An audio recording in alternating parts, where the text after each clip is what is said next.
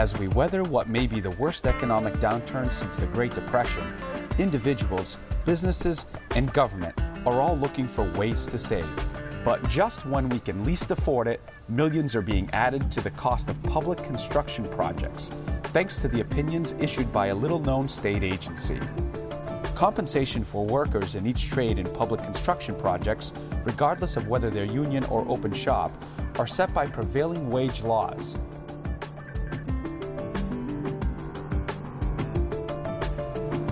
But sometimes two unions claim the same tasks. For example, both masons and laborers claim the right to wash the brick a mason has erected. The Division of Occupational Safety settles those disputes, and everyone working on a public construction project, union or not, has to follow its decisions. The simple process of marking and cutting of block demonstrates the impact of these decisions. Here we see the impact of so-called jurisdictional decisions. Normally, a laborer would perform the task of marking and cutting a brick to prepare it to be erected by a mason. But because of a rule in favor of the masons, a relatively simple task has become complicated and costly in public construction projects across Massachusetts. 1. A mason marks the brick. 2. The laborer brings it to the saw, trailed by the mason. 3. The mason cuts the brick. 4. The laborer brings it back to the work site. 5. The mason installs it. Time is money, and in addition to adding to the time it takes to complete these tasks, the decision requires tasks traditionally performed by a laborer who earns about $50 an hour with benefits to be completed by a $75 an hour mason.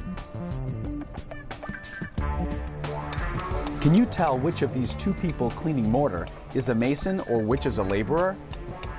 Here we see both a mason and a laborer cleaning mortar. Can you tell which is which? Thanks to a jurisdictional decision, cleaning mortar is now the province of masons, which means taxpayers pay an extra $25 per hour for a task that requires no special skill. Washing brick.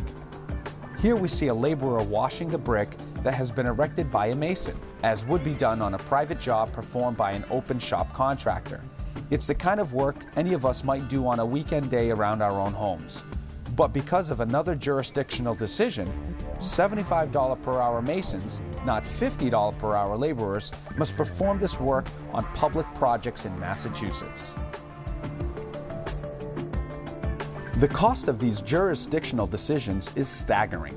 Without them, Lawrence and Newton could each have saved an estimated $2.4 million on the recent or ongoing construction of a new high school.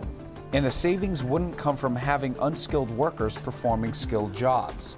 It would be the result of simple common sense.